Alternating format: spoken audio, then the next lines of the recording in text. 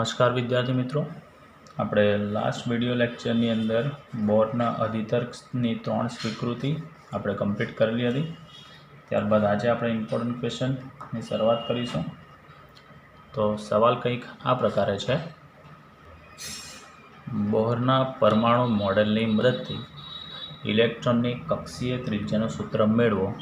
આ પ્રશ્ન બોર્ડમાં ઘણી બધી વખત પૂછાયેલો છે 3 માર્કમાં। तो આપણે સમજીશું।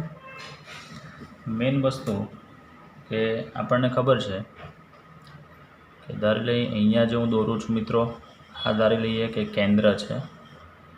કેન્દ્રની આજુબાજુ ઇલેક્ટ્રોન આ વર્તુળાકાર કક્ષામાં ભ્રમણ કરે છે। ડ્રોઈંગ થોડું મારું તમને ખબર જ છે મિત્રો, દોરવાનો પ્રયત્ન કરું છું સારી રીતે। માની લઈએ कि आ केंद्र है, न्यूक्लियस है।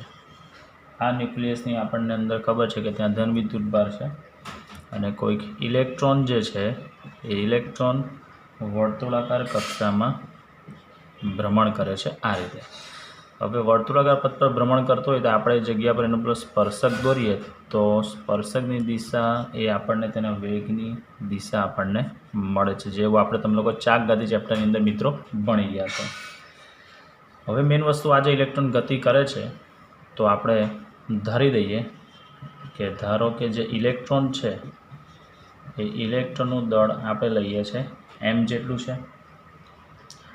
ઇલેક્ટ્રોનનો જે વિદ્યુત ભાર છે એ વિદ્યુત ભાર આપણે e જેટલો લઈએ છે। ઇલેક્ટ્રોન જે વર્તુળાકાર કક્ષામાં ભ્રમણ કરે છે તે કક્ષાની ત્રિજ્યા આપણે ધારો કે લઈએ છે r લઈએ છે, એટલે એની કક્ષાની ત્રિજ્યા જેને આપણે r લખીએ છીએ અને એની રેખીય ઝડપ જે સ્પર્શકની દિશામાં દોરેલું છે તે જે ઇલેક્ટ્રોન વર્તુળાકાર પથ પર ગતિ કરે છે તેની રેખીય ઝડપ ધારી લઈએ છીએ આપણે v જેટલી છે। ઇલેક્ટ્રોન જે પરમાણુની અંદર જે ફરે છે તેના ન્યુક્લિયસનો વિદ્યુતભાર આપણે લઈએ તો ન્યુક્લિયસમાં રહેલો વિદ્યુતભાર, ન્યુક્લિયસમાં રહેલો विद्युतभार Z × E लईए छे। धारो कि हाइड्रोजन होय तो पछी परमाणु क्रमांक आपणे 1 मूकी सकीए छीए। लास्ट आ जनरल सूत्र तारवीशुं, पछी आपणे छेल्ले हाइड्रोजन माटे तारवुं होय तो हाइड्रोजन माटे Z = આપણે 1 मूकी दईशुं। એટલે परीक्षामां तमने हाइड्रोजन परमाणु माटे पूछे तो बी थियरी तो आ ज छे, पण एमां Z = छेल्ले આપણે 1 लखीशुं। बराबर। चलो हवे मेन वस्तु आपणे खबर छे के वर्तुळाकार पथ पर इलेक्ट्रॉन जे फरे छे तो इलेक्ट्रॉन ने आ परिक्रमण करवा माटेनो जरूरी केंद्रगामी बळ ए कोण पूरुं पाडे छे तो कि भाई आ केंद्र अने इलेक्ट्रॉन वच्चे लागतुं कूलम्बियन बळ। तो अहींया लखी शकाय आपणे के इलेक्ट्रॉन ने परिक्रमण करवा माटे, इलेक्ट्रॉन ने परिक्रमण करवा माटे जरूरी केंद्रगामी बळ ए न्यूक्लियस अने इलेक्ट्रॉन वच्चेना, न्यूक्लियस अने इलेक्ट्रॉन वच्चेना कूलम्बियन बळ द्वारा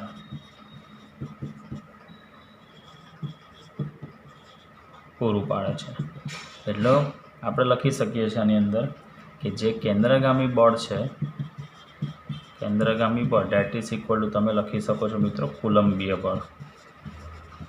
चलो केंद्रगामी बळ = सेंट्रीपेटल फोर्स एने कहीए छीए आपणे FC, कूलम्बियन बळ जेने आपणे कहीए छीए FE इलेक्ट्रिक फोर्स। चलो केंद्रगामी बळनुं सूत्र आपणी पासे छे ज mv²/r = कूलम्बियन बळ 1/4πε0, न्यूक्लियसनो विद्युतभार ZE, इलेक्ट्रॉननो विद्युतभार E/r²। એટલે આપણે અહીંયા લખી શકીએ છીએ mv²/r = 1/4πε0 Z²/r²। આને આપી દઈએ છીએ આપણે સમીકરણ નંબર 1 આપીએ છીએ। હવે યાદ કરો આપણે બોરનો અધિતર્ક ભણી ગયા છે કે कोणीय वेगमान इलेक्ट्रॉन एवी कक्षामां ज भ्रमण करे छे ज्यां कोणीय वेगमान h/2π ना पूर्ण गुणांक स्वरूपे ज होय। तो आपणे अहींया लखीशुं, हवे एनो उपयोग करीशुं।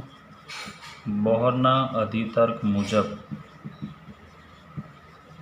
બોરના અધિતર્ક મુજબ ઇલેક્ટ્રોનનું કોણીય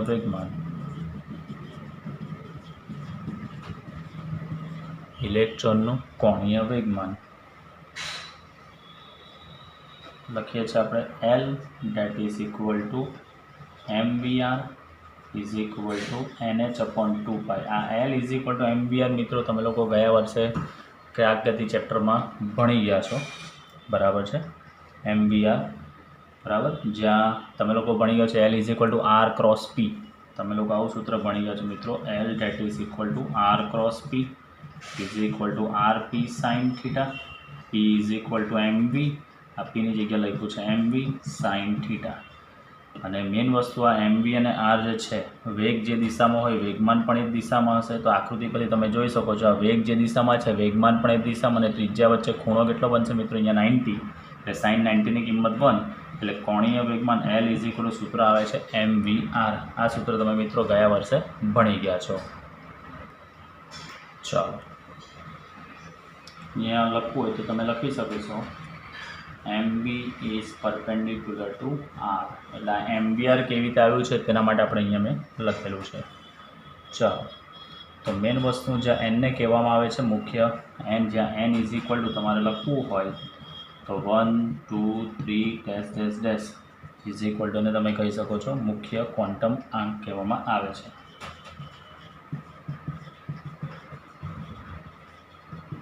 ચાલો n ઇઝ ઇક્વલ ટુ મુખ્ય ક્વોન્ટમ આંક. હવે મેઇન વસ્તુ આપણે આના પરથી આ જે સમીકરણ છે તેનો બંને બાજુ વર્ક કરું છું, એટલે અહીંયા લખી શકાય મિત્રો m² v² r² is equal two n² h² upon 2/4 સાથે પાઈનો વર્ગ આપણે લખી શકીએ છીએ. ચલો આના પરથી v² નું સૂત્ર તારવું તો v² date is equal two શું સૂત્ર બનશે? v² m² આજ પર અહીંયા છેદમાં આવશે, એટલે n² h² upon 4π² into m² into r². ચાલો અને આપું છું ઇક્વેશન નંબર 2 આપી દઈએ આપણે. આ જે v² ની કિંમત છે તે સમીકરણ 1 ની અંદર અહીંયા મૂકી દઉં છું. તો m અપોન r ત્યાંનો ત્યાં છે, અને v² ની કિંમત અહીંયા મૂકી દઉં છું. આ v² ની કિંમત સમીકરણ 1 માં મૂકું છું. v² ની કિંમત સમીકરણ 1 માં મૂકતા માટે m/r, આ m/r ત્યાંનું ત્યાં v² ની જગ્યાએ આ કિંમત લખી દઈએ આપણે n² h² upon 4π² m² r² is equal two 1/4π ε0 z²/r². ચાલો હવે તમે આની અંદર મિત્રો જોઈ શકો છો આ r² અહીંયાથી કેન્સલ થઈ જશે, એક 4 અને 4 બી કેન્સલ થશે, એક પાઈ અને એક પાઈ પણ કેન્સલ થઈ જશે, બરાબર. તો હવે આપણે સાદરૂપને આગળ લઈ જઈએ તો અહીંયા વધે છે મિત્રો m/r into બ્રેકેટમાં n² h² by mistake અહીંયા તમે જોઈ શકો છો કે આ m અને એક m પણ કેન્સલ થઈ જશે, એટલે આ સૂત્રને હું ફરી લખીશ.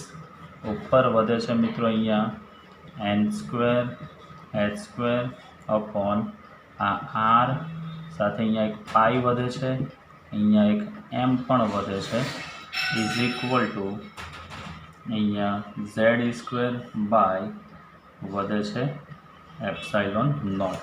આપણે કક્ષીય ત્રિજ્યા rનું સૂત્ર તારવવાનું છે, તો r is equal two r ઉપર જશે તો રહેશે શું મિત્રો n² h², આ પહેલાં તો ε0 ઉપર જશે, n² h² ε0 અપોન આ r ઉપર જશે અને z² નીચે આવશે, પાઈ r ઉપર અને pi m into z², n² h² ε0 upon pi z me². ચાલો હવે આની અંદર તમે જોઈ શકો છો આ જનરલ સૂત્ર તારું છે. n આની અંદર બદલાઈ શકે quantum number, h Planck constant છે, ε0 ફિક્સ છે, પાઈ ફિક્સ છે, m mass of electron fix છે અને e ફિક્સ છે. એટલે બદલાઈ શકે તેવી રાશિ આપણી પાસે બે જ છે. અહીંયા જો ફરી પાછું લખું છું આ એક n અને અહીંયા બદલાશે આ z. તો આના પરથી તમે કહી શકો છો અહીંયા r is પ્રપોઝનલ two n² z તમે લખી શકો છો. r is પ્રપોઝનલ two n² z. MCQ માટે આ સૂત્ર ઘણું કામનું છે. હવે મેઇન વસ્તુ તમારે હાઇડ્રોજન માટે વાત કરવી હોય હાઇડ્રોજન માટે તો હાઇડ્રોજનનો પરમાણુ ક્રમાંક તમે અહીંયા z મૂકી દો, બરાબર. આને આપી દઉં છું મિત્રો અહીંયા નીચે સમીકરણ નંબર આ 3 જે નીચે લખેલું છે તેને હું આપું છું સમીકરણ નંબર 3 આપણે આપીએ. તો આની અંદર સમીકરણ 3માં z ઇઝ ઇક્વલ ટુ 1 મૂકતા હાઇડ્રોજન માટે તમને જવાબ મળે. એટલે હાઇડ્રોજનની કક્ષાથી જેનું સૂત્ર થઈ ગયું n² h² upon pi me². આ થઈ ગયું હાઇડ્રોજન માટે કક્ષીય ત્રિજ્યાનું સૂત્ર. ચાલો આમ જોવા જાય તો મિત્રો આપણે આગળ આપણા થિયરી તારવેલી જ છે, બરાબર. તમે આગળની વિડીયોઝ તમે જોશો તો બીજા વિડીયોની અંદર આપણે આ થિયરી આપણે ત્યાં તારવેલી હતી. હાઇડ્રોજન પરમાણુ માટે જ આપણે કક્ષીય કુલ ઉર્જાનું સૂત્ર તારવેલ હતું, તેની અંદર આપણે આ ઉપયોગ કરેલો હતો. એટલે જુદા જુદા પરમાણુની વાત કરીએ મિત્રો આપણે જુદા જુદા પરમાણુઓ તો બેઝિકલી r ઇઝ પ્રપોઝનલ શું થાય n². એટલે આ સૂત્ર કોના માટે વપરાશે તો અહીંયા લખું છું જુદા જુદા પરમાણુઓ માટે. એટલે આ જનરલ સૂત્ર કહેવાય જુદા જુદા પરમાણુઓ માટે. અને હાઇડ્રોજન માટે મારે લખવું હોય તો આમાં r ઇઝ પ્રપોઝનલ ટુ શું બનશે n². r ઇઝ પ્રપોઝનલ ટુ શું બનશે n², બરાબર. તો અહીંયા લખું છું r ઇઝ પ્રપોઝનલ ટુ n², બરાબર. આ પર્ટિક્યુલર કોના માટે મેં લખ્યું છે હાઇડ્રોજન માટે. આ છેલ્લું જે લખ્યું છે તે હાઇડ્રોજન માટે. આ જનરલ સૂત્ર છે r ઇઝ પ્રપોઝનલ ટુ n²/z. તો મિત્રો ઘણી સરળ થિયરી જ છે. તો પહેલાં તો કયા ડેટાનો યુઝ કર્યો છે તે આ પોઈન્ટ ખાસ લખવો જરૂરી છે કે ઇલેક્ટ્રોનને પરિક્રમણ કરવા માટે જે કેન્દ્રગામી બળ લાગે છે તે કોલંબિયન બળ દ્વારા પૂરું પાડવામાં આવે છે. એટલે કેન્દ્રગામી બળ ઇઝ ઇક્વલ ટુ કોલંબિયન બળ.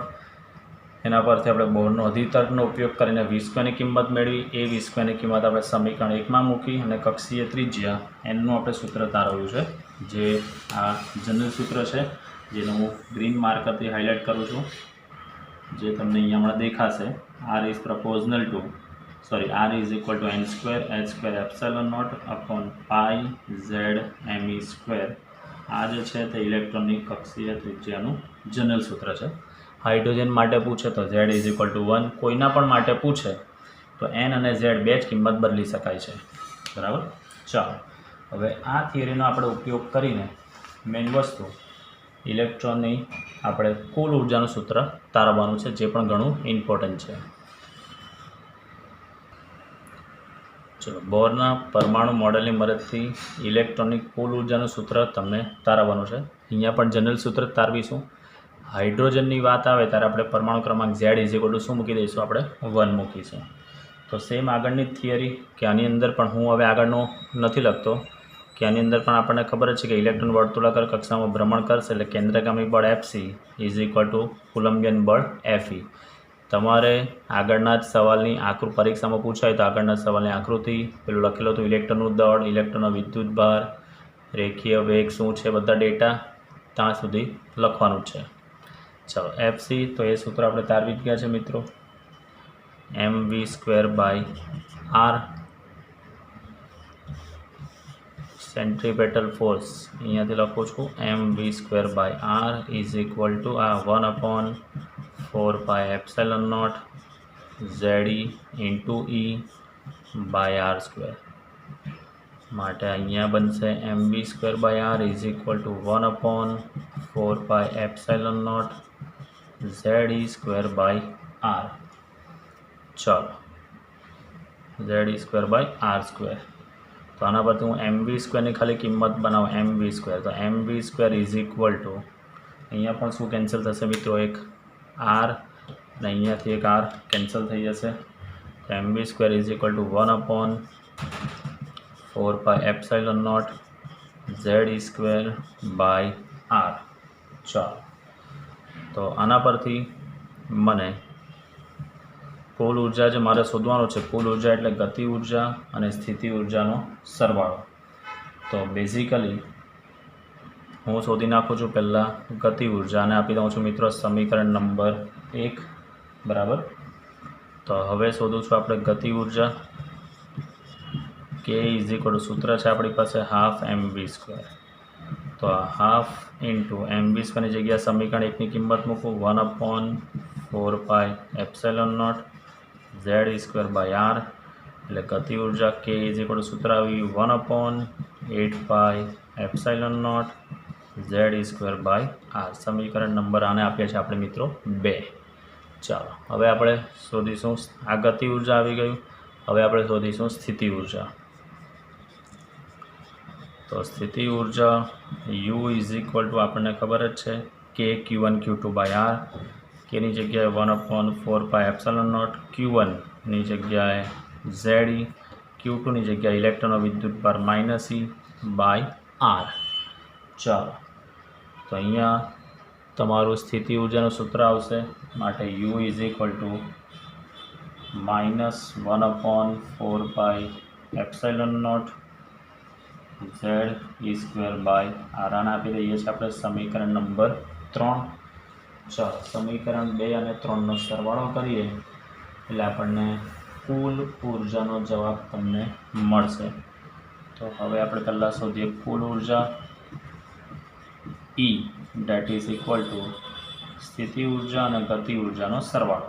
સ્થિતિ ઉર્જા છે -1/4πε0 z²/r પ્લસ ગતિ ઉર્જા 1/8πε0 z²/r માટે E that is equal two આનું તમે સાદરૂપ આપશો મિત્રો તો -1/8πε0 z²/r.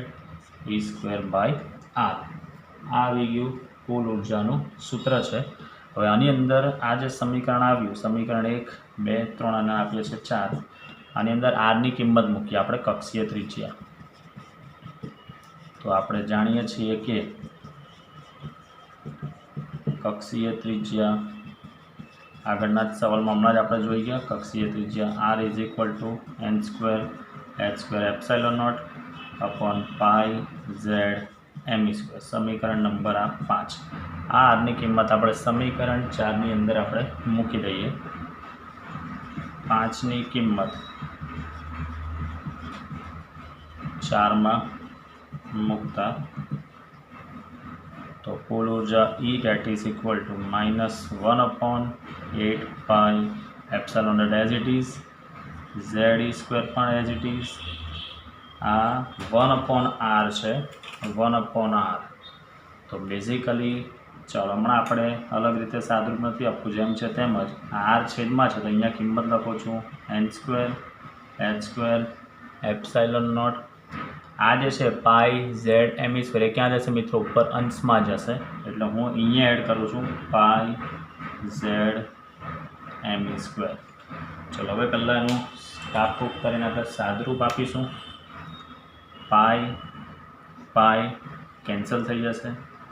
બીજું અહીંયા તમે જોઈ શકો છો હવે કંઈ કેન્સલ થાય એવું તમને દેખાતું નથી. z 2 વાર છે, e 2 દુ 4 થશે, m રહેશે. હવે કંઈ પૂરે એવું નથી. તો કુલ ઉર્જાનું સૂત્ર થઈ ગયું માટે અહીંયા En that is equal two minus શું થશે મિત્રો અહીંયાથી m ઇન્ટુ આ m એક જ વાર છે, z અને z 2 વાર છે m z² e⁴ આ e² e⁴ અપોન 8 n² આ h² into ε0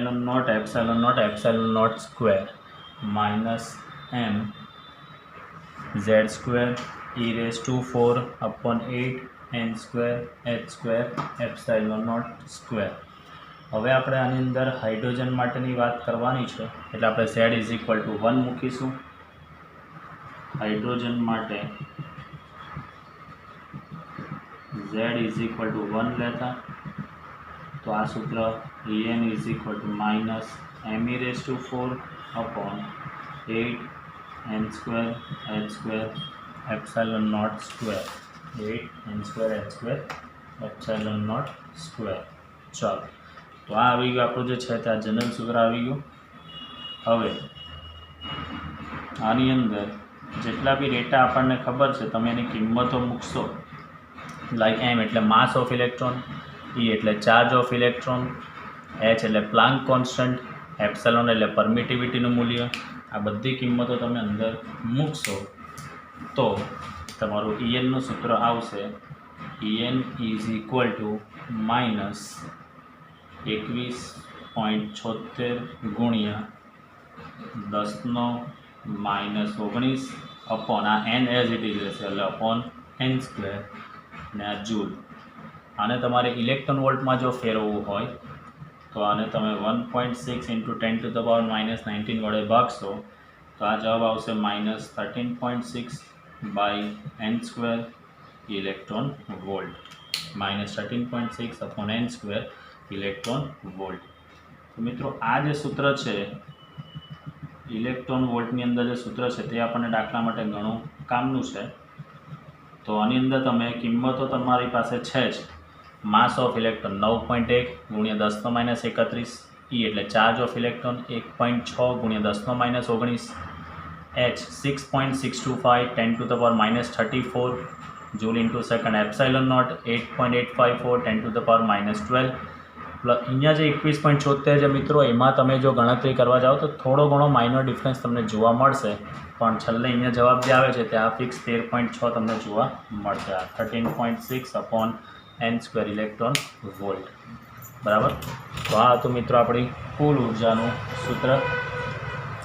બરાબર.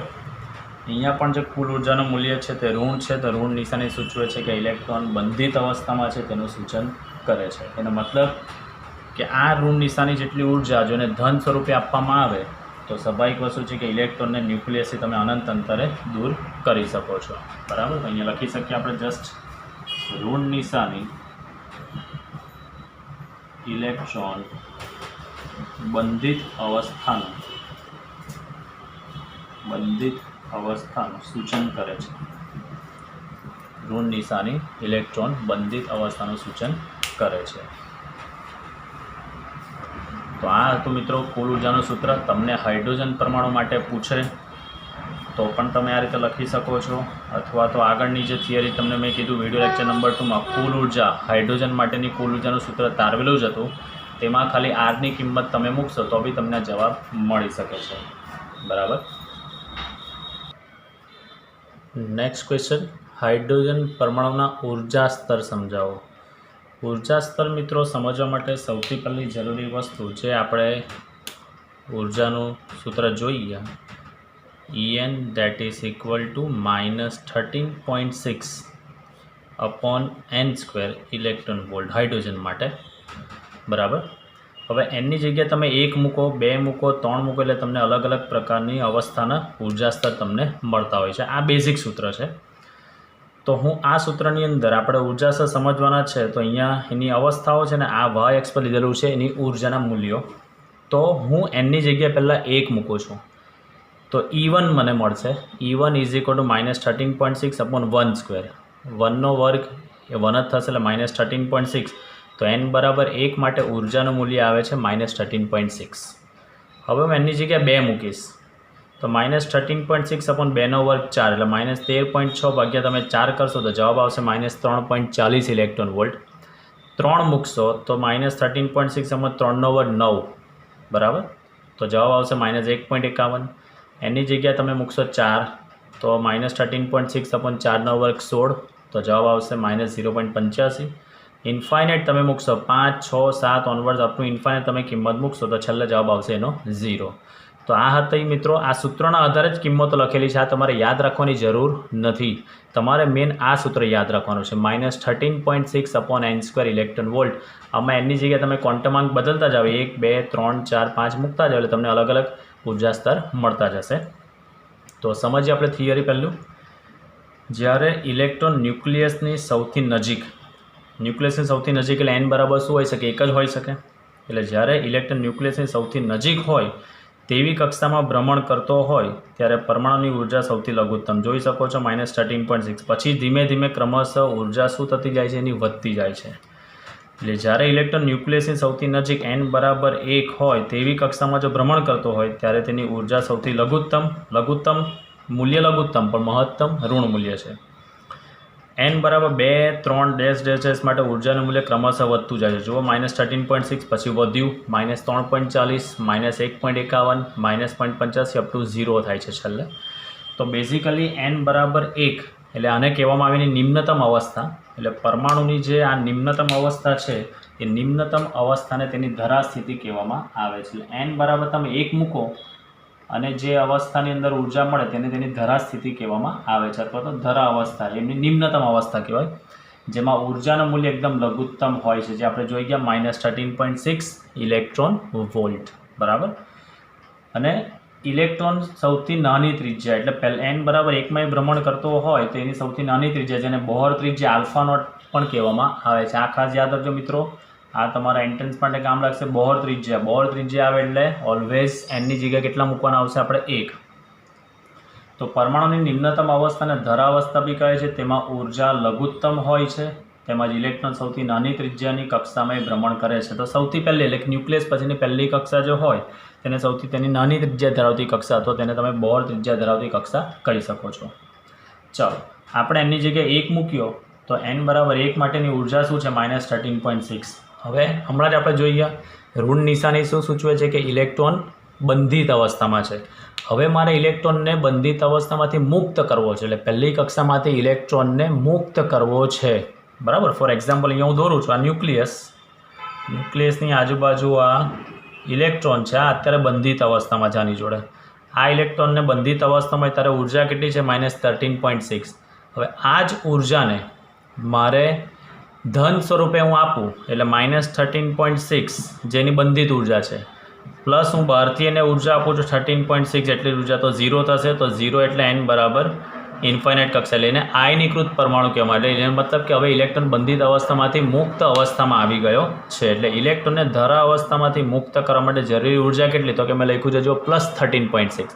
ઋણ નિશાની બંધિત અવસ્થા સૂચવે છે, એટલી જ ઉર્જા હું ધન સ્વરૂપે આપું તો એ ઉર્જાને કહેવામાં આવે છે એની આયનીકરણ ઉર્જા કહેવામાં આવે છે. ઋણ નિશાની બંધિત ઉર્જા એટલી જ ઉર્જા ધન સ્વરૂપે આપે તો તેને એની કહેવામાં આવે છે આયનીકરણ ઉર્જા કહેવામાં આવે છે. ત્યારબાદ આપણે n બરાબર 2 મૂકીએ તો n બરાબર 2 માટે ઉર્જા તમને મળે છે -3.40 ઇલેક્ટ્રોન વોલ્ટ. હવે સમજો મિત્રો, ધારો કે ઇલેક્ટ્રોનને પહેલી કક્ષામાંથી એટલે ધરા સ્થિતિમાંથી એને n બરાબર 2 ધરાવતી કક્ષામાં જવું હોય તો કેટલી ઉર્જા એને બહારથી મેળવવી પડે. તો ઇલેક્ટ્રોનને n બરાબર 1માંથી n બરાબર 2માં સંક્રાંતિ કરવી તો જરૂરી ઉર્જા, તો 2માં જવા માટે ઉર્જા કેટલી જોઈએ છે -3.40. 1માં છે તો કેટલી ઉર્જા છે -13.6. તો આપણે ઉર્જાનો ડિફરન્સ આપણે જોઈએ. યાદ કરો બોરનો અધિતર્ક નંબર 2 કે હાયર એનર્જી લેવલમાંથી લોઅર એનર્જી લેવલમાં જાય ત્યારે આપણે પેલું ફોટોન સ્વરૂપે ઉર્જા મળતી હોય છે. બરાબર. ફોટોન રિલીઝ કરે છે. તેવી જ વસ્તુ અહીંયા છે કે અહીંયા બેઝિકલી -13.6 પરથી એણે જવું છે -3.40 પર. તો બંનેની ઉર્જાનો ડિફરન્સ કેટલો છે તો E2 - E1. E2માં મૂલ્ય છે -3.40, E1માં મૂલ્ય છે -13.6, માઇનસ પ્લસ એટલે આવશે 10.2. એનો મતલબ ઇલેક્ટ્રોનને ધરા સ્થિતિમાંથી n બરાબર 2 એટલે પ્રથમ ઉત્તેજિત અવસ્થા કહેવાય. ધરા સ્થિતિમાંથી n બરાબર 2માં જાય તો પ્રથમ ઉત્તેજિત અવસ્થા કહેવાય. તો n બરાબર 1 ધરા સ્થિતિમાંથી n બરાબર 2 પ્રથમ ઉત્તેજિત અવસ્થામાં જવા માટે એને કેટલી ઉર્જાની જરૂર પડે છે 10.2. એટલે આટલી ઉર્જા મેળવશે -13.6માં એ 10.2 ઇલેક્ટ્રોન વોલ્ટ જેટલી ઉર્જા મેળવશે એટલે આમાં પહોંચશે અને કેટલી ઉર્જા એની આવશે -3.40. હવે તેવી જ રીતે ધારો કે કોઈ ઇલેક્ટ્રોન એવો છે કે જેને n બરાબર 1 ધરા સ્થિતિમાંથી n બરાબર 3 વાળી દ્વિતીય ઉત્તેજિત અવસ્થા, 1માંથી 3 એટલે બીજી ઉત્તેજિત અવસ્થા માં જવું છે એણે, તો એક E3 - E1 આપણે કરવાનું. એટલે -13.6 પરથી એને -1.51 પર જવું છે તો કેટલી ઉર્જાની જરૂર પડશે તો E3 માઇનસ શું કરીશું E1 એટલે -1.51 -13.6 એટલે એનો જવાબ આવે છે 12.09 ઇલેક્ટ્રોન વોલ્ટ. આનો મતલબ કે ઇલેક્ટ્રોનને n બરાબર 1 ધરા સ્થિતિમાંથી દ્વિતીય ઉત્તેજિત અવસ્થામાં જવા માટે જરૂરી ઉર્જા એને કેટલી જરૂર પડે છે 12.09 ઇલેક્ટ્રોન વોલ્ટ જેટલી ઉર્જાની જરૂર પડે છે. બરાબર. ધરા સ્થિતિમાંથી દ્વિતીય ઉત્તેજિત અવસ્થા, ધારો કે હવે એને જવું હોય માનો કે ભાઈ અહીંયા તમારે ધરા સ્થિતિમાંથી ચોથી ઉત્તેજિત અવસ્થામાં જવું છે તો -0.85 પ્લસ 13.6 તમે કરશો તો તૃતીય ઉત્તેજિત અવસ્થામાં જવાની જરૂરી ઉર્જા એને મળશે. બીજી કક્ષામાંથી ઇલેક્ટ્રોનને મુક્ત થવું છે, બીજી કક્ષાનો જે બંધિત ઇલેક્ટ્રોન છે ધારો કે એને મુક્ત થવું છે તો -13.40 અને 0 કરવાનું એટલે માઇનસનું શું કરી દેવાનું, પ્લસ આપણે ઉર્જા આપીશું. ત્રીજી કક્ષાના ઇલેક્ટ્રોનમાંથી એણે મુક્ત થવું છે, બંધિત અવસ્થામાંથી મુક્ત અવસ્થામાં જવું છે તો -1.51 બંધિત અવસ્થામાં છે એટલી ઉર્જાને પ્લસ આપો. ચોથી ક્વોન્ટમાંક ધરાવતી કક્ષામાંથી ઇલેક્ટ્રોનને મુક્ત થવું છે તો જે -0.85 જેટલી ઉર્જાને પ્લસ સ્વરૂપે આપો.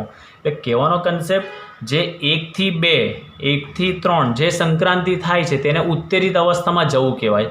અને 1 થી ધારો કે મુક્ત જ થવું છે, 2 થી ધારો કે મુક્ત જ થવું છે, ત્રીજી કક્ષામાં તેને મુક્ત જ થવું છે તો એને તમે કહી શકો છો આયનીકૃત ઉર્જા તમે કહી શકો છો. બરાબર.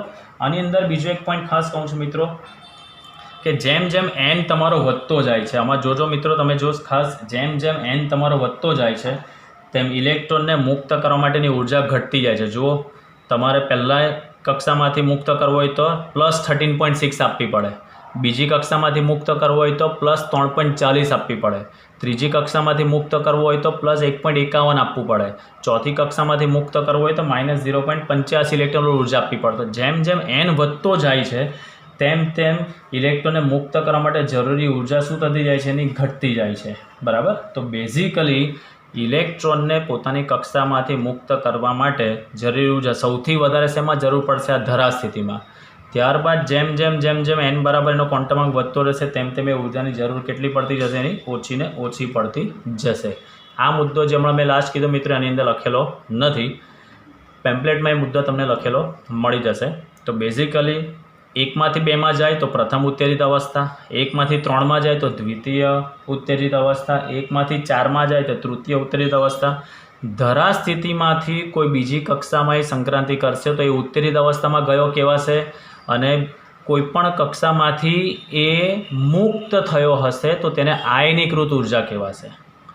2 માંથી મુક્ત થયો તો પણ આયનીકૃત, 3 માંથી મુક્ત થયો તો પણ આયનીકૃત, ધરા સ્થિતિમાંથી મુક્ત થયો તો પણ આયનીકૃત, પણ 1 માંથી 2 માં ગયો તો પ્રથમ ઉત્તેજિત અવસ્થા, 1 માંથી 3 માં ગયો તો દ્વિતીય ઉત્તેજિત અવસ્થા. એ રીતે આપણે જોઈશું. અને જેમ n વધતો જાય છે તેમ તેમ બેઝિકલી ઉત્તેજિત પરમાણુમાંથી ઇલેક્ટ્રોનને મુક્ત કરવા માટે જરૂરી ઉર્જાનું મૂલ્ય ઘટતું જાય છે.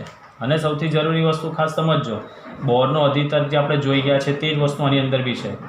ઇલેક્ટ્રોન ઓછી ઉર્જાવાળી અવસ્થામાંથી ધીરે ધીરે ઉત્તેજિત અવસ્થામાંથી, આ ઉત્તેજિત અવસ્થામાંથી પાછો ઓછી ઉર્જાવાળી ઉર્જામાં જ્યારે આવે ત્યારે એ ફોટોનનું શું કરશે, ઉત્સર્જન કરશે. એટલે આપણે અહીંયા શું જોઈ ગયા, ઓછામાંથી વધારેમાં ગયો એટલે ઉર્જા મેળવવી પડે. વધારેમાંથી ઓછામાં આવે તો આપણે ભણી ગયા છે ફોટોન સ્વરૂપે ઉર્જાને શું કરશે, બહાર કાઢશે. તો અહીંયા શું કરશે, ઉર્જા મેળવશે. જો આ -13.6 પરથી -3.40 પર આવે છે એટલે ઉર્જા વધી એટલે એને મેળવવી પડશે, એટલે ફોટોન સ્વરૂપે શું કરશે, શોષણ કરશે. પણ ધારો કે ઉત્તેજિત અવસ્થામાંથી એ ધરા સ્થિતિમાં આવે તો એ ફોટોન સ્વરૂપે ઉર્જાનું શું કરશે, ઉત્સર્જન કરતો હોય છે. તો આ હતું મિત્રો હાઇડ્રોજન પરમાણુના ઉર્જા સ્તરોની સમજ.